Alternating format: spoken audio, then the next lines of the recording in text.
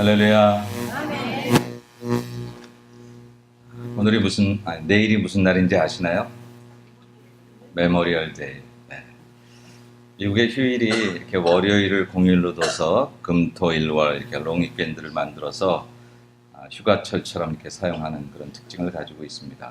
이번 메모리얼 데이도 많은 사람들, 미국의 전국에서 사람들이 움직인다고 하네요. 그런데 메모리얼 데이가 뭘 기념하는 그런 날인 줄 아십니까, 여러분? 누구요? 한국의 여기저기서 한국의 현충일과 비슷하다. 맞습니다. 뭘 기념하는 날이냐면 원래 이 날이 처음 시작된 게 미국의 남북 전쟁이 끝난 후에 북군의 존 로간 장군이 전사한 그런 병사들을 기념하기 위해서 그 무덤에 가서 꽃을 다 이렇게 헌화하라고 그렇게 명을 내렸답니다. 그래서 처음에는 무덤을 이렇게 데코레이트하는 데코레이션 데이로 출발을 했다 그래요. 그랬는데 그렇게 출발해서 남북전쟁 당시에 죽었던 사람들을 기념했던 그 휴일이 1차 대전 이후에는 모든 그런 전쟁 그리고 전쟁이 아니더라도 군사작전에서 사망한 그런 이제 병사들을 기념하기 위한 그런 휴일이다. 베트랑스 데이도 있잖아요. 베트랑스 데이는 지금 살아있는 참전 용사들 주로 그런 사람들을 이제 기념하는 거지만 메모리얼 데이는 이미 죽은 병사들을 기념하는 그런 절기입니다. 지금들 말씀하셨지만 한국의 현충일하고 비슷한 건데 분위기는 사뭇 달라요. 그죠?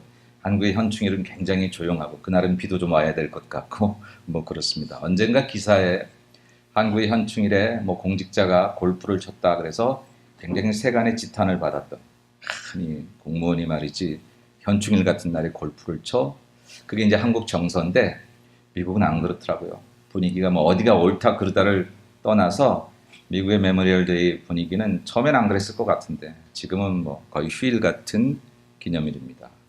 어떤 이는 그렇게 말해요. 미국 사람들이 갖고 있는 죽음에 대한 생각 중에 기독교 정신이 깊이 박혀있는 생각 중에 하나는 죽음은 슬프지만 그 뒤에 천국 간 사람들을 생각하면 그 죽음 가운데 오래 있을 수 없다. 그 슬픔 가운데 뭐 그런 생각이 있어서 미국 사람들이 어떤 누군가를 기념하는 그 기념이 결코 슬프거나 그냥 애도하는 것으로만 끝나지 않고 영원한 나라에 간 생명을 오히려 생각하는 그런 즐거움도 함께 있어서 미국의 메모리얼 데이는 마치 축제와 같은 그런 절기다. 이 말이 맞는지 안 맞는지는 잘 모르겠습니다만 그렇게도 얘기들을 하더라고요. 그래서 메모리얼 데이 때는 식구들끼리나 혹은 이웃들과 모여서 바베큐 파티를 하기도 하고 놀러 가기도 합니다. 그런 의미에서 하는지 어떤지 모르지만 오늘 우리 점심이 바베큐입니다. 이 얘기 해가지고 또 내내 설교 시간 내내 바베큐만 생각하고 이제 내일 이렇게 메모리얼 데이를 앞두고 저는 이런 연휴를 만날 때마다 그런 기도가 있습니다. 하나님, 우리 성도들이 가족끼리 또 오랜만에 미국 생활이 얼마나 힘들어요, 그죠? 이 이민 생활에 즐거운 시간을 갖게 하시되 혹시라도 즐거움이 도에 지나쳐 하나님이 싫어하시는 일들을 하지 않고 잘못된 그런 범죄의 길에 우리가 조금이라도 빠지지 않게 하셔서 그런 기도를 늘 드리는데 오늘과 내일 여러분들의 좋은 그런 이 휴일이 여러분의 몸과 마음을 편하게 안식하는 그리고 모처럼 가족과 또 식구들과 함께 연합하는 시간이 되기를 바랍니다. 오늘은 요한복음 강의 85번째 시간인데 사실은 마지막 시간이지요. 지난 2015년 4월 12일에 요한복음 강의 첫 시간을 출발해서 지금 한 2년 한 1, 2개월 지났는데 절기에는 다른 설교를 했으니까 실제로는 85번에 걸쳐서 지금 요한복음을 이제 오늘까지 오게 되었습니다. 오늘 85번째 마지막 시간의 제목은 예수의 증인 이런 제목으로 하나님의 말씀을 같이 이제 나눠보려고 합니다. 한 권의 책을 끝내는 그런 시점에 있어서 제가 여러분에게 한번 물어보고 싶은 게 있어요. 여러분은 누구에 대해서 이렇게 한 권의 책처럼 이렇게 글을 써본 적이 있으십니까? 여러분이 사랑하고 혹은 여러분이 존경하는 사람에 대해서 마치 그분의 위인전기를 쓰듯이 대부분의 사람들은 그런 기회가 많지 않지요. 그죠? 근데 글로는 안 썼어도 혹시 누군가에 대해서 내가 만난 이 사람이 참 이런 분이었습니다. 그 사람에 대해서 또 그 사람에 대한 내 감정들을 이렇게 누군가에게 전달하는 그런 경우들은 종종 있었을 거라 생각합니다. 그럴 때는 어떻게 전하시나요?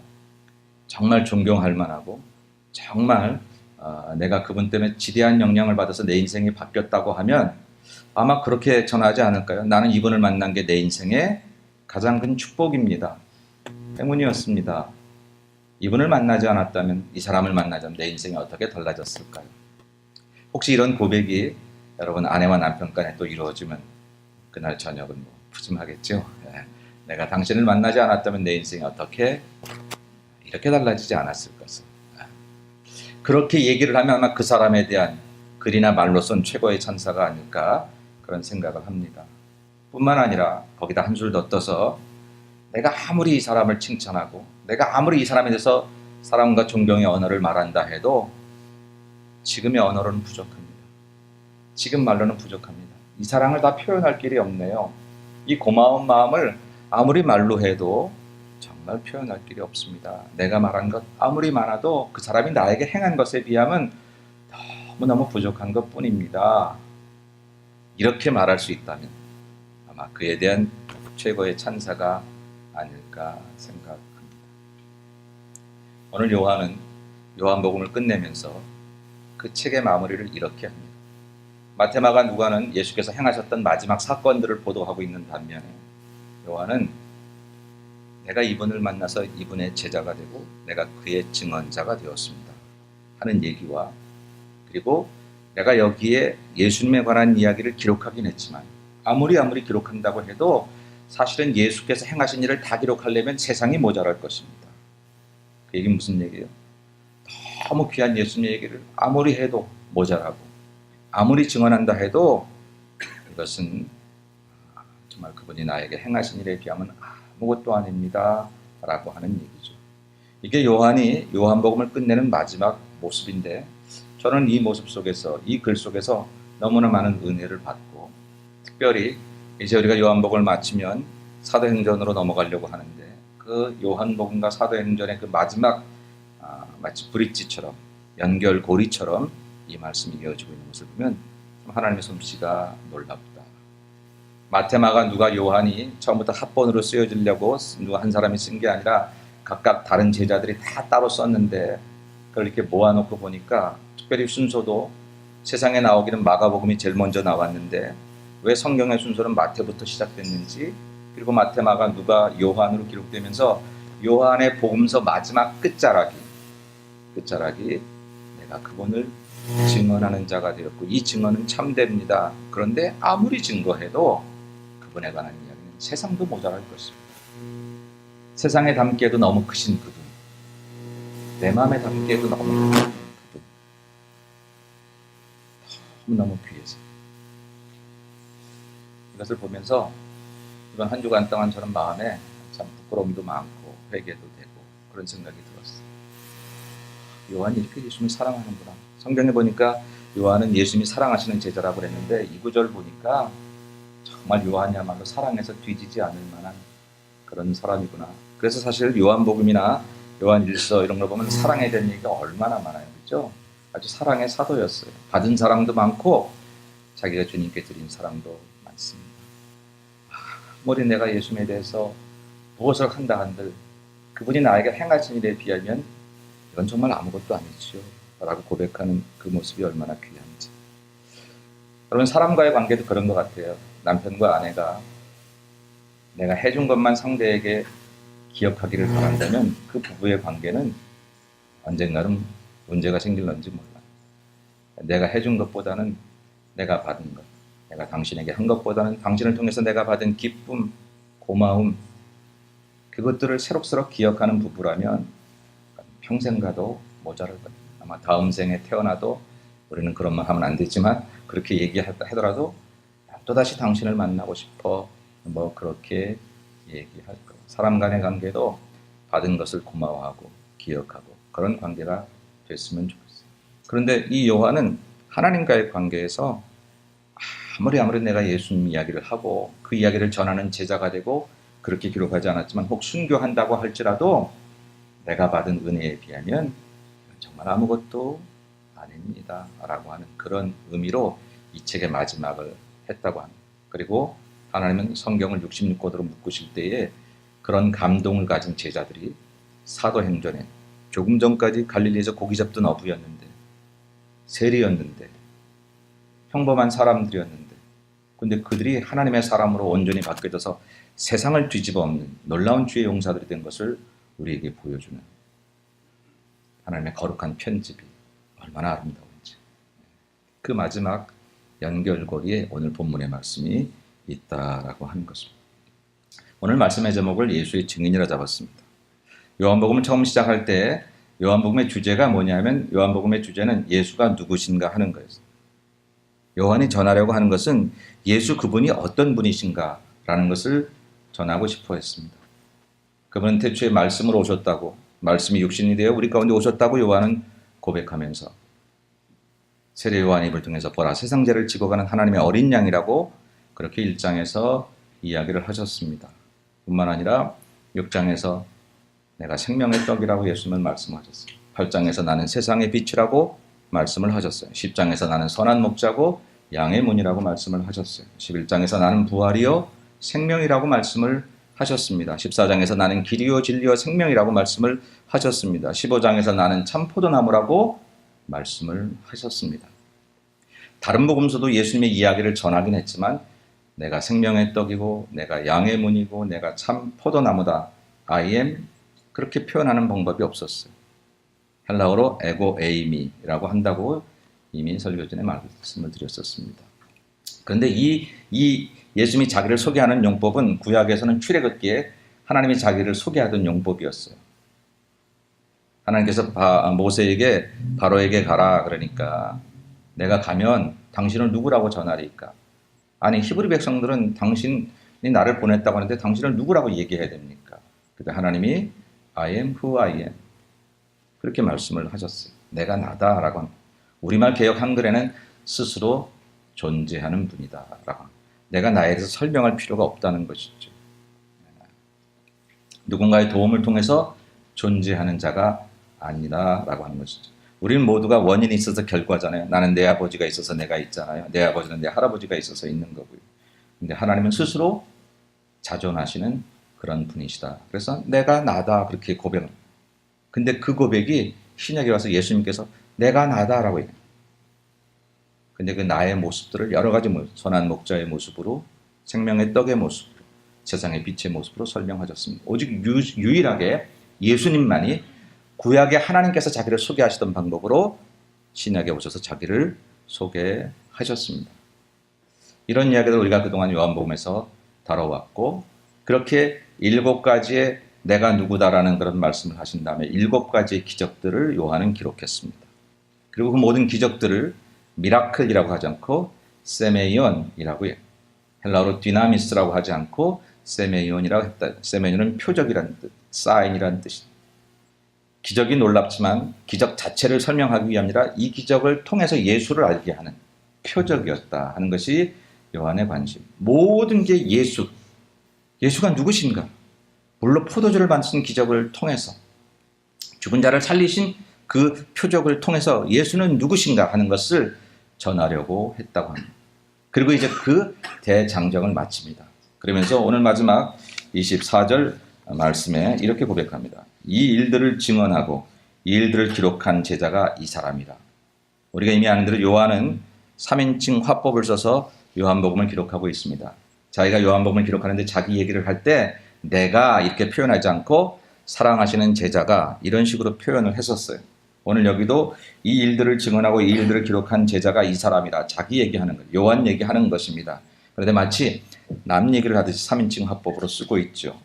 그런데 이 일들을 기록한 제자, 증언하고 기록한 제자가 이 사람인데 우리는 그의 증언이 참된 줄을 안다라고 이야기를 했다고 합니다.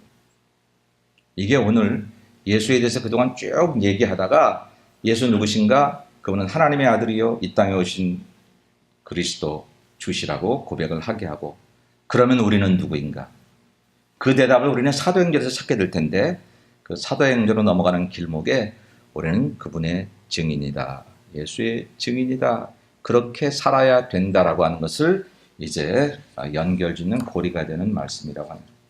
예수님 이야기도 멋지게 마무리하고, 그리고 앞으로 그러면 그 예수님을 바라보고 살아가는 우리는 어떤 삶으로 살아가야 할 것인가 할 때 우리는 이렇게 살아야 된다라고 하는 것.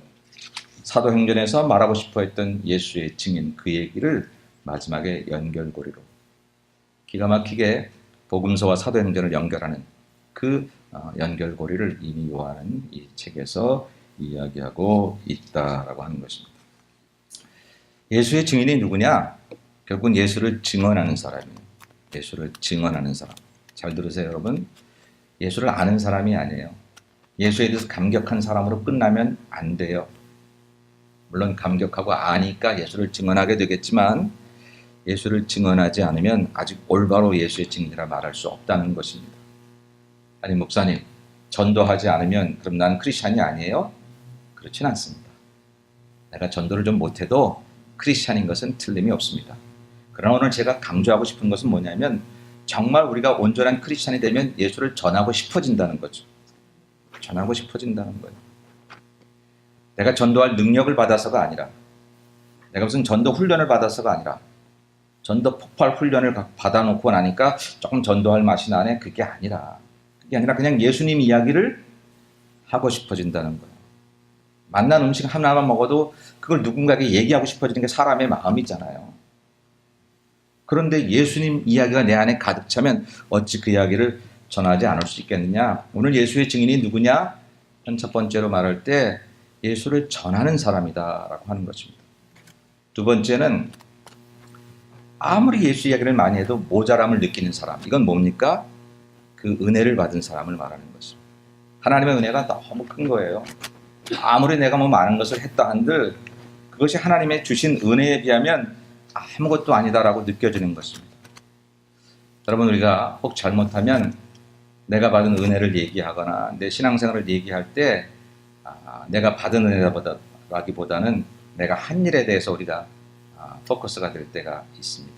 그것이 우리가 늘 신앙생활하면서 조심해야 될 부분이죠.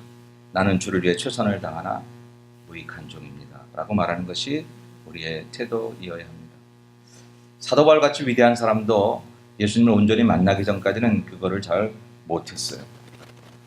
사도 바울은 자기가 대단히 주를 위해서 한 것이 많았던 사람으로 늘 기억했습니다. 그런데 그가 예수를 만난 다음에 빌립보서 3장 5절로 8절에서 이렇게 고백합니다. 먼저 자기가 이전에 어떤 삶이었던 것을 얘기하죠. 나는 8일 만에 할례를 받았고 이스라엘 족속이고 베냐민 지파며 히브리인 중에 히브리인이여 율법으로 말하면 바리새인이다. 열심으로는 교회를 박해하고 율법의 의로는 흠이 없는 자다. 그동안 내가 주를 위해 어떤 일을 살았는지, 하나님을 위해서 나는 어떤 삶을 살았는지에 대해서 이야기합니다. 잘 살았는데 그것이 그의 신앙생활이었습니다. 결국은 그는 신앙보다 종교인이 되어졌죠. 예수님 가장 싫어하시던 대표적인 사람들이 이런 사람들, 바리새인들이었잖아요. 근데 그가 예수를 진짜 만나고 보니까 바뀌어졌어요. 은혜를 받고 보니까, 하나님의 은혜를 경험하고 나니까 이게 아무것도 아닌 것을 깨달았어요. 그는 계속해서 말합니다. 그러나 무엇이든지 내게 유익하던 것을 내가 그리스도를 위하여 다 해로 여길 뿐더러. 해는 나쁜 것, 무슨 범죄라는 게 아니라 별 가치 없는 것. 내 자랑이 무슨 소용이 있겠으며, 내가 애쓴 것 귀하지만 하나님 앞에 그것을 어디 드러낼 것이 있겠으며, 또한 모든 것을 해로 여기면 내 주 그리스도 예수를 아는 지식이 가장 고상하기 때문이라. 내가 그를 위하여 모든 것을 잃어버리고 배설물로 여김은 배설물로 여겼다. 예수를 온전히 만나기 전까지 그의 화려했던 신앙 경력들은 결국은 은혜를 받고 나니까 배설물과 같은 것이었다라는 것입니다. 우리가 이 얘기를 잘못 알아서 신앙적으로 수고했던 것들을 무시하자는 얘기로 알아들면 안 됩니다.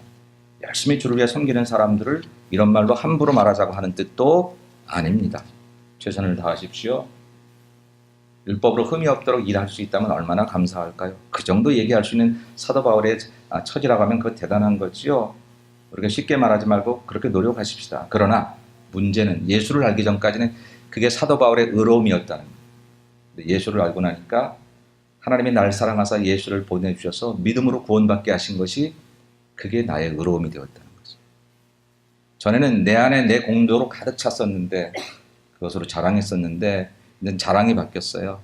내가 한 일이 자랑이 아니라 내게 행하신 하나님의 일이 자랑이 되었어요. 하나님이 나 같은 사람을 붙잡으시고 변화시켜서 이 얼마나 놀라운 일을 행하셨는지 그게 자랑이 되었어.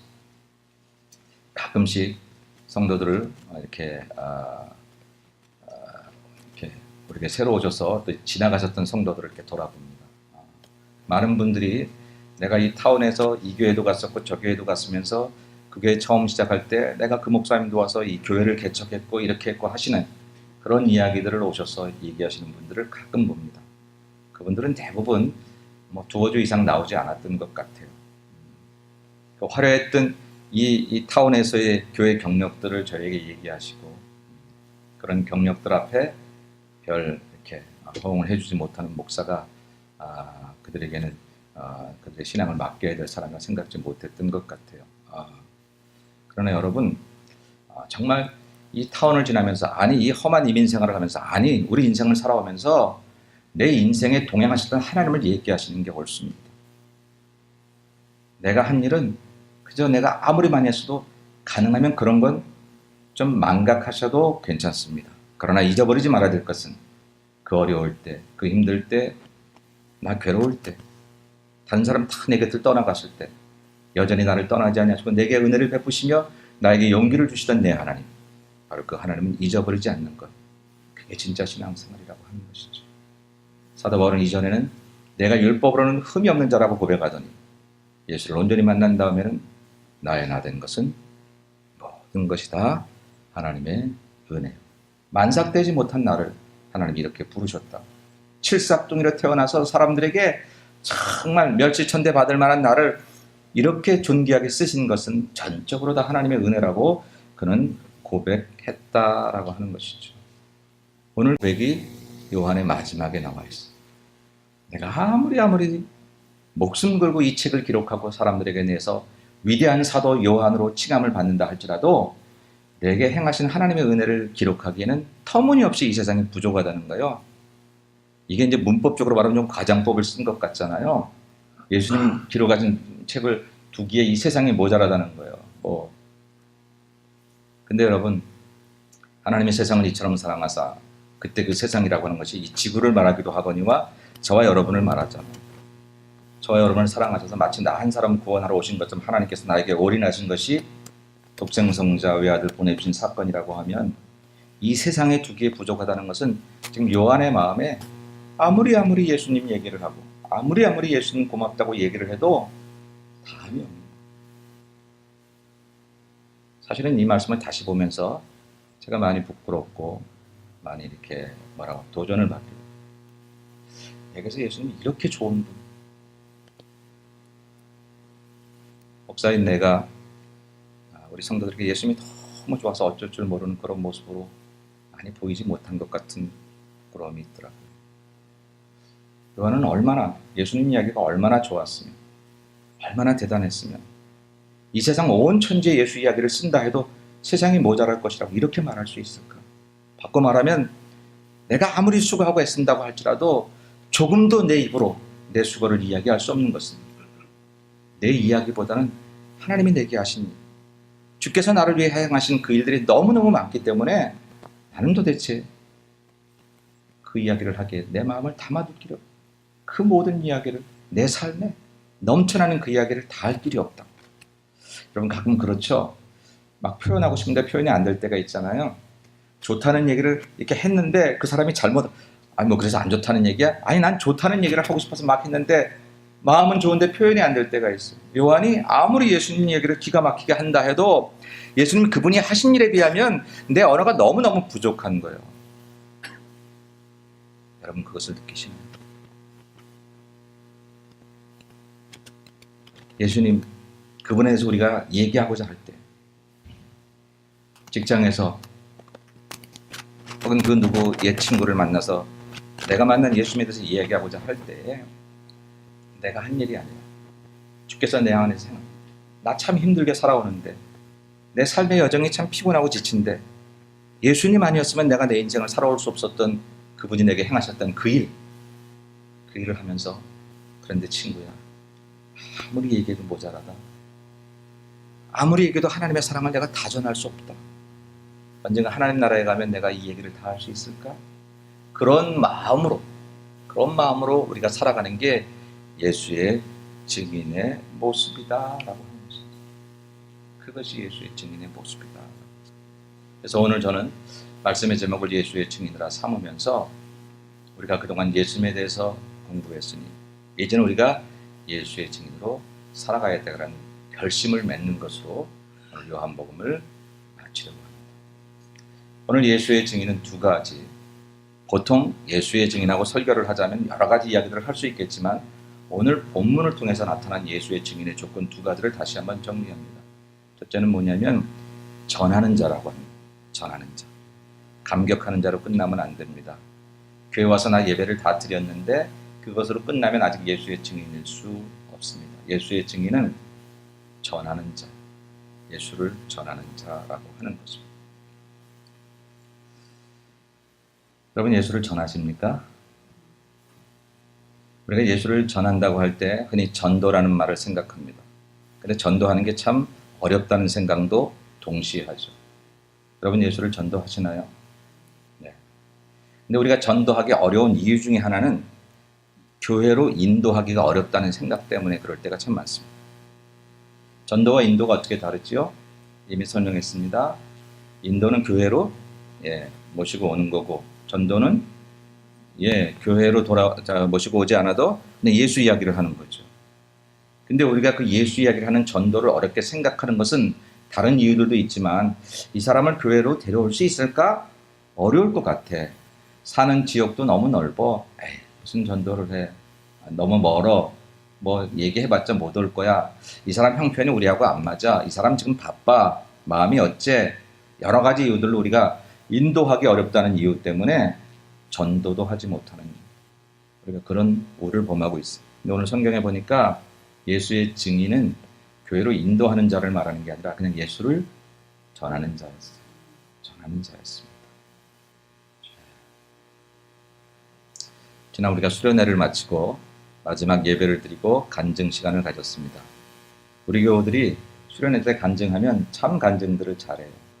받았던 은혜들도 참 많이 나르고 이번에 온마음교회와 같이 해서 온마음교회 교우들은 몇 명 안 됐습니다만 근데 간증은 잘 안 하시더라고. 하긴 했죠. 하긴 했는데 예전처럼 막 하진 않으셨어요. 근데 우리 두 분의 권사님이 그때 간증을 하셨어요. 제임스 권사님이 간증을 하시고 이채준 권사님이 간증을 하셨습니다. 제임스 권사님은 캐나다 투어 중에 오래전에 만났던 한 일본인에게 그 사람에게 복음을 전하기 위해서 자비로 일본어 성경을 사가지고 그에게 주었습니다. 2, 3년 세월이 흘렀고 그 사람이 잘 읽는지 못 읽는지도 이제 내 기억에 흐릿해져 있는데 얼마 전에 만났어요. 그 투어 기간에 만났는데 성경을 읽었어요. 그 사람이 성경을 읽고 그 성경 얘기를 예수 이야기를 하는 사람으로 지금 바뀌어져 가고 있다는 거예요. 너무너무 감사하다는 얘기를 했어요. 이채준 권사님은 식구들이 이제 괌에 이제 한국에 이제 그 가족 여행으로 가기로 해서 인천공항에서 카트가 자기에게 이렇게 어떤 청년의 실수로 이렇게 떨어져서 발이 그 안에 겹질려서 자칫하면 큰 사고를 당할 뻔했는데 그렇게 사고를 저지를 뻔했던 그 청년에게 예수 이야기를 했어요. 어떻게 그 사람이 어쩔 줄 몰라 하니까 괜찮으니까 한 가지만 해달라고 모여 교회 나가세요. 제가 그 두 간증을 들으면서 수련회에서 받았던 은혜를 간증하려니까 원사님들이 그런 생각이 이렇게 잠깐 들었어요. 근데 제가 원래 수련회 가기 전부터 요한복음을 끝내면 사도행전을 해야지.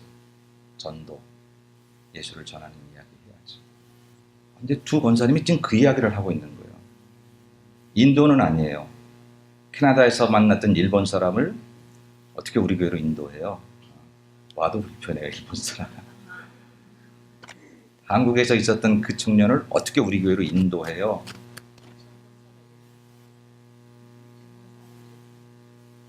청과사님하고 얘기하시면 된다고요? 네, 알겠습니다. 통역할 사람이 계셨군요. 네. 네. 그랬는데 전도였어요. 그거였어요. 제 마음에 바로 그 깨달음이 왔어요. 끝나고 돌아오는데 제 아내가 너 너무 좋았다고 간증이. 우리 교회 두 권사님이 열방에 벌써 나가서 전 세계에 나가서 주의 복음을 전하는 것. 내 교회로 인도해도 좋은 전도지만 어쨌든 어디서든지 예수를 전한다는 거. 그래도 우리 권사님들이 영적 리더라면 그들이 벌써 그렇게 살고 있다는 것에 큰 감동을 받았다고 얘기를 하더라고요. 제 마음에 그런 큰 은혜가 있었어요. 지금 두 분을 뭐 잘했다고 이렇게 세우려고 하는 게 아니라 여러분 인도 못해도 괜찮아요. 다음 주부터 사도행전 강의에 들어갈 텐데 전도하지 않고 사도행전 강의를 백날 들어야 소용없습니다. 우리 교회로 인도되면 너무 좋지만 인도하지 못할 거라는 두려움 때문에 자신 없음 때문에 예수님 이야기를 누군가에 하는 전도를 포기하지 말라고 한 거예요. 전도는 못할 것 같지만 마음먹으면 하게 됩니다. 왜냐하면 성령님이 도우실 것이기 때문입니다. 우리가 우리 입으로 예수 이야기를 하자면 정말 못해요. 근데 성령님이 내 입을 사용하셔서 그리스도 얘기를 하게 하시면 어디서 그런 말이 나오는지 아마 전도해 보신 분들은 그런 경험을 아실 거예요. 전도하러 나가자 그러면 교회 나가니까 어쩔 수 없이 나가는데 가서 자기가 말하고 있는 거예요. 예전에는 저 마켓 앞에서 이렇게 전도지 돌리고 뭐 이런 사람들을 약간은 경멸하고 저렇게 하냐 메가폰 들고 예수 천당 뭐 불신족 이렇게 말하는 사람들을 경멸하고 그러기도 했었는데 내가 그러고 있다는 사실들을 깜짝깜짝 놀라게 되는 것이죠. 오늘 성경이 우리의 아이덴티티를 얘기하는 것 가운데 너는 예수 믿고 잘 살아라. 사실 그런 얘기는 별로 없어요. 속상하시나요? 나 잘 살라고 나왔는데 건강하려고 나왔는데 근데 없는 게 아니라 있긴 했는데 그게 메인이 아니라 덤이더라고요. 너희는 먼저 하나님의 나라와 의를 구하면 이 모든 것, 그 모든 것 안에 우리의 먹을 것, 마실 것, 입을 것을 위한 필요한 조건들을 하나님이 채우시리라 라고 약속을 하셨기 때문에 없는 게 아닌데 우선순위가 있는 거예요. 하늘에서 정한 우리 인생의 우선순위는 예수를 증거하는 사람이었습니다. 그것은 선교사라는 직업을 말하는 게 아니고 목사라는 직업을 말하는 게 아니라 우리의 삶에 늘 예수님이 증거되기를 바라는 거예요. 내 입을 열어 늘 내가 아니라 나를 통해서 내게 행하셨던 하나님 예수님을 드러내도록 그렇게 원하셨다라고 하는 것입니다. 이제 우리들은 요한복음을 마치면서 이런 다짐을 하고 이 복음을 끝냈으면 좋겠어요. 하나님 제 입을 열어주소서. 제 입을 여셔서 하루에 한 번이라도 아니 꼭 한 번씩이라도 예수님의 이름이 내 입을 통해서 드러나게 하옵소서. 혹시 우리 희랑마을 식구들 목사님 나는 맨날 하루 종일 밖에 안 나가서 우리 남편하고 뭐 두 분이 안 계시 그러면 남편에게 하세요. 할아버지에게 하세요. 아시는 분에게 그 믿음을 견고케 하기 위해서 더 좋은 믿음, 더 좋은 예수 이야기를 하시면 그것도 또 하나의 전도지. 뿐만 아니라 우리는 분명히 누군가 만나게 될 텐데 그 사람에게 예수 이야기를 하게 돼야 된다는 것이죠. 물론 이 전도는 이렇게 할 수 있습니다. 첫 번째는 입으로 전도하는 거죠. 이것은 좀 성경을 많이 알면 좋겠고요. 신학도 알면 더 나쁠 리는 없습니다만 거기에 얽매이지 마십시오. 입으로 하는 전도. 예. 근데 예수 이야기를 하십시오. 내 이야기를 하더라도 내가 받은 은혜 이야기를 해야지 내가 한 얘기를 하지는 마십시오. 내가 우리 교회에서 나 없으면 안 돼. 안 되죠. 하나님의 사람이니까 안 되는데 그 얘기를 하지 마시고 내가 우리 교회에서 제일 은혜 받은 사람이야. 이렇게 얘기를 해보세요. 아니 목사님 그런 은혜를 받았어요. 얘기하지 거짓말 하라고요? 아니요. 모르는 부분은 없을까요? 여러분 은혜 받으셨는데 못 느끼신다고요? 하나님이 그동안 놓으셨을까요? 하나님이 공휴일이셨을까요? 누가 나를 좀 힘들게 한다고 한들 하나님은 그 사람보다 못해서 내게 은혜를 안 주셨을까요? 아니요, 주셨어요. 고백해보세요. 나의 나 되는 것은 하나님의 은혜라고 고백해보시면 그동안 지나온 내 삶 속에서 내 교회에서 내 가정에서 내게 베푸신 은혜가 얼마나 많은지 모릅니다. 그 얘기를 하겠다고 다짐하시고 주여 내가 당신의 얘기를 내가 받은 은혜로 고백하게 하옵소서. 그렇게 결단하시면 오늘부터 여러분의 입이 열려질 때에 여러분을 향하셨던 하나님의 은혜의 이야기를 여러분이 신명나게 할 수 있도록 도와주실 줄로 믿습니다. 그렇게 입으로 전도하는 전도가 되고 또 우리의 전도의 모습 가운데 하나는 우리의 삶을 통해서 나타나는 거죠. 입으로 말하지 않아도 여러분 식당에 가서 돈을 주고 음식을 사 먹을 때 내 돈 내고 사 먹는다고 함부로 말하지 마. 거기서 일하시는 분들을 따뜻하고 정중하게 대하고 예수 그리스도의 사랑으로 그냥 그분들을 의도적이지 않지만 늘 그래야 된다는 생각 속에 여러분들이 그렇게 하면 그러면 여러분 속에서 누군가는 예수 얼굴을 볼지 모릅니다. 여러분들이 교회 다니는 사실들을 기억하면서 그래 그랬구나. 저 사람은 참 밥 한 그릇 사 먹어도 참 아름답네.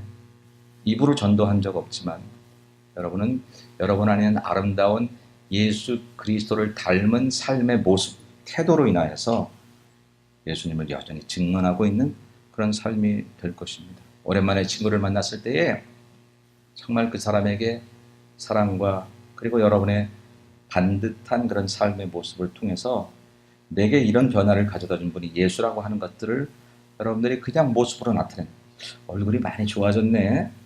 요즘 뭐 좋은 일 있어? 이렇게 물어보는 친구에게 굳이 신학적으로 성서 얘기를 하지 않아도 요즘 교회 다니거든. 요즘 예수 믿거든. 참 행복하네.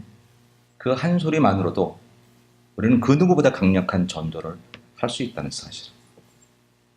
오랜만에 만난 친구에게 어두운 내 모습을 보이면서 입으로 아무리 예수 이야기를 해야 전달되지 않는 것을. 그래서 첫 번째는 입으로 전도하지만 두 번째는 삶의 태도를 가지고 전도. 세 번째 우리의 전도는 나의 일을 통해서 전달된다. 여러분의 직업이 하나님이 일하시는 선교의 터전인 것을 여러분들은 아셔야 합니다. 선교지도 아니고 이런 목회적인 전문 종교적인 직장이 아님에도 불구하고 하나님은 일하십니다. 왜? 하나님은 종교 안에 갇히신 분이 아니잖아요. 하나님은 교회 안에 갇히신 분이 아니잖아요. 하나님이 풀타임 하나님이시지 파타임 하나님이 아니시잖아요. 니들 교회 오면 내가 그동안에는 기가 막히게 니들의 아버지가 되어줄게. 니들 집에서는 알아서 해라. 귀찮다야. 그러시는 분이 아니신 것을 우리는 잘 알잖아요. 여러분의 일이 기가 막힌 하나님의 선교 현장인 것을 여러분들이 알고 나가셔야 합니다. 내 일과 예수님이 분리되지 않았음을 기억하셔야 돼요. 우리 스스로 분리하지 마십시오. 교회에서는 내가 이런 모습을 옷깃념이며 가지고 있지만 직장에 나가면 전혀 다른 모습으로 달라지시면 스스로 깜짝 놀라셔야 됩니다. 거기도 주님이 계시고 거기도 주님이 일하시는 현장인 것을. 내 일의 정직성을 통해서 예수님의 거룩하고 아름다운 성품이 드러나는 것을 기억하셔야 돼요. 여러분들이 여러분의 직장에서 참 정직하고 반듯하게 일하면 예수님이 일하시는 모습이 그 누군가에게 비춰진다니까요. 남보다 더 성실하고 남보다 조금 더 손해를 볼 각오를 하고 마음을 열면 누군가에게는 우리를 섬기러 오셨던 예수 그리스도의 모습이 여러분은 말하지 아니했어도 여러분이 하시는 일을 통해서 그 모습이 드러난다라고 하는 것입니다. 내 일과 관계된 사람들, 직장 사람들이니까 종교 우리 교회 사람들이 아니니까 낙태하려고 하지 말고 내 일과 관계된 모든 사람들이 내가 복음을 전해야 하는 대상이라고 믿어지고 여러분들이 아름다운 관계를 형성해 나가면 그들은 성경을 통해서가 아니라 여러분의 모습을 통해서 예수 사랑이라는 글자를 발견하게 될 것이라는 것이죠. 여러분의 경제적인 소득이 하나님 나라의 귀한 자본이 되는 그런 일을 하시기 위해서 하나님이 여러분을 공급하시는 축복들을 여러분이 여러분의 현장에서 경험할 수 있게 될 것입니다. 여러분이 여러분의 일을 하실 때 예수님 나와 함께 하신다는 믿음을 가지고 일하시면 하나님이 때마다 나를 위로하시고 내 곁에 계셔서 언제나 떠나지 아니하시는 그분의 친밀하신 친구 되심을 경험할 수 있으실 것입니다. 교회 안에서 은혜 받고 종교적인 자리에서 기도 자리에서 예배 자리에서 은혜를 받는 것도 중요하지만 여러분의 직장 일이 여러분이 예수를 전도할 수 있는 예수를 전할 수 있는 정말 귀한 자리라는 사실을 기억해야 한다는 것이죠. 요한은 이 일의 증언자였습니다. 이제 우리는 이런 증언자가 되어야 할 것입니다. 이제부터 우리의 삶의 정체성을 나는 예수를 전하는 사람이다. 이런 생각을 가지시면 베드로처럼 집을 떠나고 직장을 떠나지 않으셔도 됩니다. 바울처럼 날마다 선교 여행을 다니시지 않으셔도 됩니다. 여러분의 집에서, 여러분의 직장에서, 지금 여러분이 하고 있는 일들 가운데 때로는 입으로, 때로는 삶의 태도로, 때로는 여러분의 일을 성실하게 예수님의 마음을 가지고 감당하는 것을 통해서 예수님은 충분히 전해질 수 있다고 하는 것입니다. 이게 예수의 증인의 모습입니다. 그리고 마지막으로 또한 이 예수의 증인의 모습은 내가 아무리 애를 쓰고 수고해도 예수님의 사랑을 다 담기가 어려워라고 하는 그 얘기를 한마디로 말하면 나는 예수님이 너무 좋아. 뭐가 그리 좋은지 모르겠어.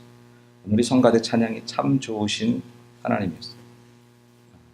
아주 제목이 제가 이렇게 설교하라고 하는 그 마지막의 부분들하고 잘 맞았어요. 여러분 우리가 어디 뭐 요세미티 같은데 뭐 옐로우스톤 같은데 가면 그것을 보고 최고의 그 감정을 느낄 때는 뭐 하죠? 이거예요. 딱 가서 이건 지층이 어떻네? 이건 지층이 퇴적층이네? 이거는 벌써 감동한 게 아니에요. 그런데 그냥 가서 어쩜 이렇지? 어쩜 이렇게 아름답지? 저는 처음 미국 가서 요세미티를 보고 그걸 느꼈어요. 너무너무 아름답더라고요. 하나님이 지으신 만물도 그렇게 아름답고 주님을 직접 배운다는, 주님의 얘기를 직접 할 수 있다는, 그래서 우리가 찬송을 부르잖아요. 예수의 얼굴을 배울 수 있다는, 주님을 생각만 해도 내 마음이 이렇게 좋거든. 주 얼굴 배울 때야 얼마나 좋으리. 하늘을 두루마리 삼고 바다를 먹물 삼아도 그 하나님의 사랑 다 기록할 수 없게, 아무리 기록해도 좋으신 그 예수의 증인은 예수님을 너무너무 좋아하는 모습으로 살아갑니다. 내 삶이 정말 사람들 보기에는 정말 허접하고 정말 지옥에서 사는 것처럼 저건 죽어도 뭐라고 하지 못하겠네, 그런 상황임에도 불구하고 그 속에서 예수가 좋다고 하는, 예수는 하늘의 새벽별이 되시고 나 인생의 좋은 친구가 되신다는 그런 노래를 하는 것이 가장 좋은 예수의 증인이 되는 거다라고 하는 것입니다. 어찌 그것이 요한에게만 해당된 은혜이겠습니까? 어찌 그것이 바울에게만 해당된 은혜이겠습니까? 우리가 바울만 못해서 요한만 못해서 아니 하나님의 사람은 그렇게 비교해서 사랑하는 게 아니더라. 하나님은 그렇지 않으신, 그렇다면 우리에게 최고의 사랑으로 다가오신 그 하나님을 그렇게 우리가 다시 한번 맞이한다면 우리도 그렇게 노래할 수 있어요. 하늘을 두루마리 삼고 바다를 먹물 삼아도 내게 행하신 그 은혜 다 말할 수 없겠네, 기록할 수 없겠네. 너무 좋은 거. 우리도 예수님 소개할 때 친구야, 내가 오늘 밤새도록 이렇게 예수님 얘기를 했지만 사실은 억만 분의 1도 못했거든요. 분이 얼마나 좋은지, 예수님이 얼마나 좋은지 나는 너를 만날 때마다 이야기하고 싶어. 내 터지는 가슴으로 예수님 이야기를 하고 싶어. 그게 가장 좋은 예수의 증거입니다. 오늘 요한복음을 그동안 우리가 하나님께 감사하고 다음 주부터 이제 우리가 예수의 증인의 모습으로 살아가기 원하시는 사도행전을 이제 강의하게 될 텐데, 오늘 진짜 예수의 증인은 누구냐? 전하는 사람입니다. 예배에서 은혜를 받고 여기서 예배를 잘 드리는 것도 너무너무 귀한데 여러분 누군가에게 예수를 전하십시오. 그리고 그 사랑이 너무 좋아서 그 사랑 때문에 내 생활의 슬픔과 아픔을 다 이겨내죠. 나마다 주님을 찬양하며 살아가는 우리 모두 성도 여러분 되시길 주님의 이름으로 간절히 축원합니다. 거룩하신 하나님, 성경을 보면서 부끄러움을 느끼며 설교했습니다. 정말 주님이 얼마나 좋은데, 좋은 주님만 생각해도 내 삶의 슬픔과 고통이 다 사라질 텐데 주님 생각하지 못해서 세상이 주는 괴로움을 내 것으로 알고 살아가는 어리석음을 범한 종을 용서하시고 사랑하는 모든 성도들 삶이 우리를 고단하게 하고 슬프게 하고 때로 여러 가지 삶의 관계 속에서 힘든 일이 있다고 해도 하나님 사랑 하나만으로도 우리는 충분히 넉넉히 이 세상 힘있게 살아갈 수 있는 존재의 이름을 믿게 도와주시어서 우리의 입으로 주님을 전하며 내게 허락하신 하나님의 은혜를 다 말하자면 이 세상이 모자랄 것이라고 고백하는 요한의 마음을 담아 우리도 그렇게 예수님 너무너무 감사해요, 너무너무 좋아요 라고 고백하며 살아가는 우리 모든 성도들이 될 수 있도록 축복하여 주옵소서. 예수님의 이름으로 기도 올리옵나이다. 아멘.